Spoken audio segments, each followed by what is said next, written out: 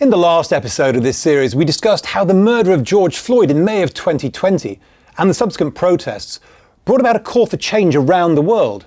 Individuals, businesses, industries and institutions were forced to acknowledge the existence of inequality, discrimination and a lack of representation for ethnic minorities, not just within society, but within the professional workspace as well.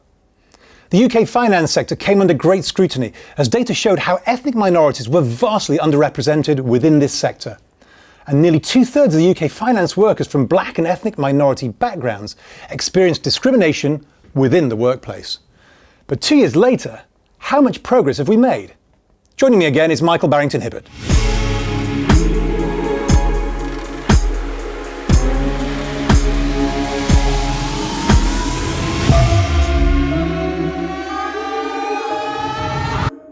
Michael, it's really all about progress, or hopefully it's all about progress. What progress has actually been made over the last couple of years? I tend to preface most discussions about diversity with something along the lines of, we still have a lot of work to do. So rather than being on a downer, this is to serve as a reminder that we still make improvements. And we're still very much in the early stages of this journey. I mentioned in the first discussion, it's around, if we look at it from a diet standpoint, you're not going to sign up and do a marathon if you've not exercised for 15, 20 years. It's about taking small incremental steps. And what I'm delighted to have seen over the last 2 years is around organisations having conversations. Remember, Roger, race and black is still a taboo in the United Kingdom. Our cousins in the US may be a little bit more advanced around talking about this narrative, but it's definitely that first step. So if we look at around access, we've seen a number of executive search firms who hold the keys to the boardroom really engaging with underrepresented groups. Some of the biggest search firms are investing in not just hiring diverse talent within their organisations, but they're looking to develop programs, non-exec director programs, board level programs, in order to help facilitate their clients to be able to get access. So that's one first step, which has definitely happened over the last 2 years. Again, it's important about context. There's still a lot of work to do within this space, but the fact that organisations who have access to these groups are starting to do more and lean in is a fundamental first step, and I believe it will start to get better as we look to progress things moving forward. And have there been things like initiatives, so initiatives which are helping to drive awareness in boardrooms, helping to drive awareness across the whole sort of ecosystem to get get this all building up? Absolutely. Look, the Sir John Parker review set a target that each FTSE 100 board should have at least one director from a minority ethnic group by the end of 2021. Now, I was very fortunate to be invited to Downing Street 2 weeks ago with the authors of Sir Parker's review to talk about the progress. And what was so powerful for me, Roger, was one, we had leaders of industry at that event. We had CEOs of FTSE 100 companies there. We had CEOs of executive search companies there. And we also had a plethora of talented ethnic minorities in the room talking about progress. I'm really proud that 89 of the 100 FTSE 100 companies have signed up and actually delivered on this pledge. And let's be very, very clear. This has been self-governed by the organisations. I'm not a fan of targets. I'm not a fan of quotas. It's about behaviours. So at the moment, at the board level, we're making the right steps, but more needs to be done. But I'm hoping for the example that has been set by the board in appointing non-exec directors, that this cascades through organisations in order to drive things forward.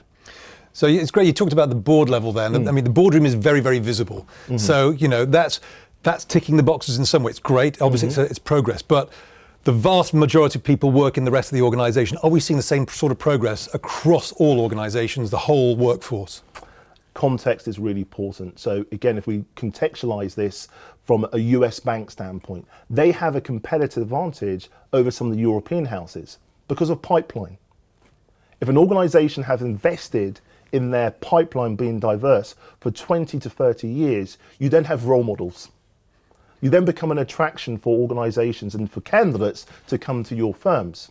So research driven by LinkedIn demonstrates from the period of 2015 to 2020, the amount of chief diversity officers in leading organisations have doubled.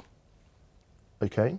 And whilst that is positive and it's fantastic to see that ethnic minority talent are being moved into these CDO roles, we want it to be reflective across the organisations. We want to see more diverse appointments within sales and trading. We want to see more diverse appointments within the CMO function or CFO function. But what we're not seeing, Roger, at this present juncture, is it coming across at the lateral level.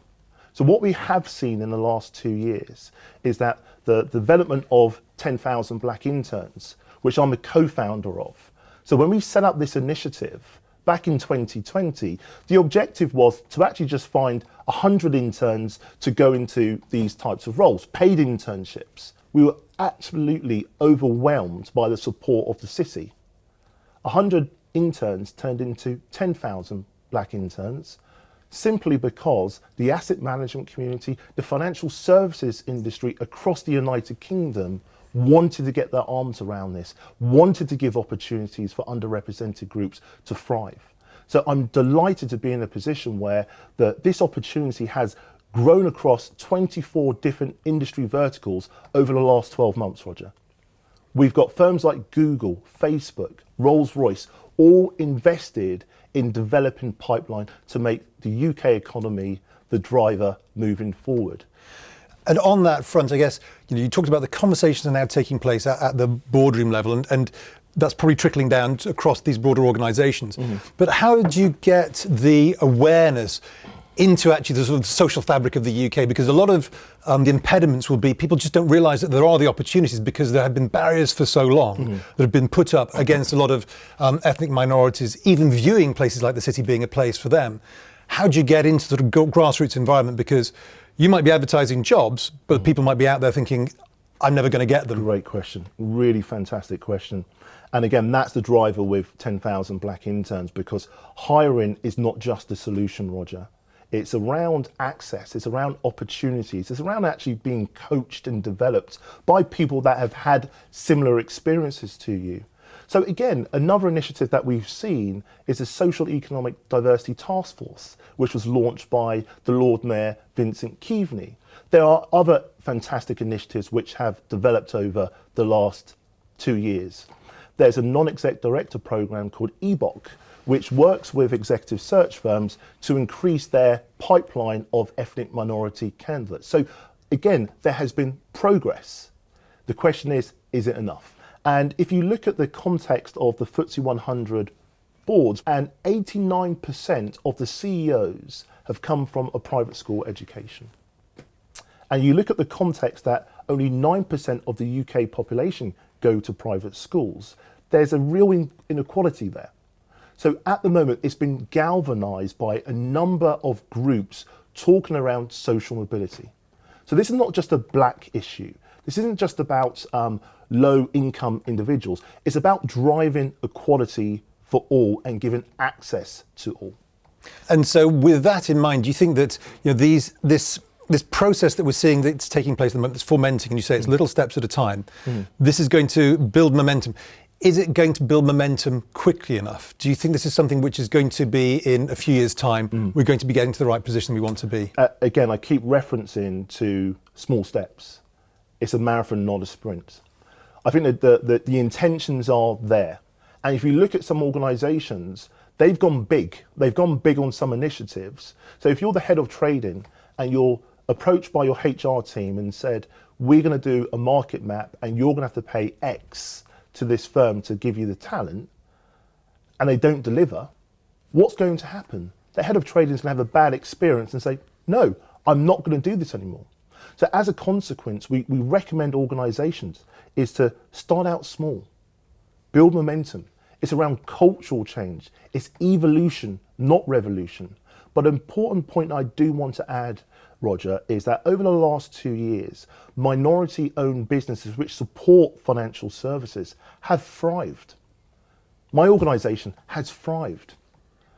City Hive, who have launched a mentoring program, because you talked about access, you talked about giving people opportunities. City Hive has set up a cross-company mentoring program targeting women of ethnic minority backgrounds to give them opportunities in terms of representation, access and opportunities. But this takes time. And as I said before, I think the intention is there. We need to be able to create a culture where making mistakes, is not galvanized by people losing their jobs. It's about learning from those mistakes and doubling down in the effort of driving out inequalities within financial services. So the last couple of years, we've sort of almost, from a standing start, progress is being made, but what about the future? What about the actions? The progress we have seen is hugely encouraging. I believe organisations have in part lent in. And a real sign that we're moving in the right direction, but there's still a long way to go.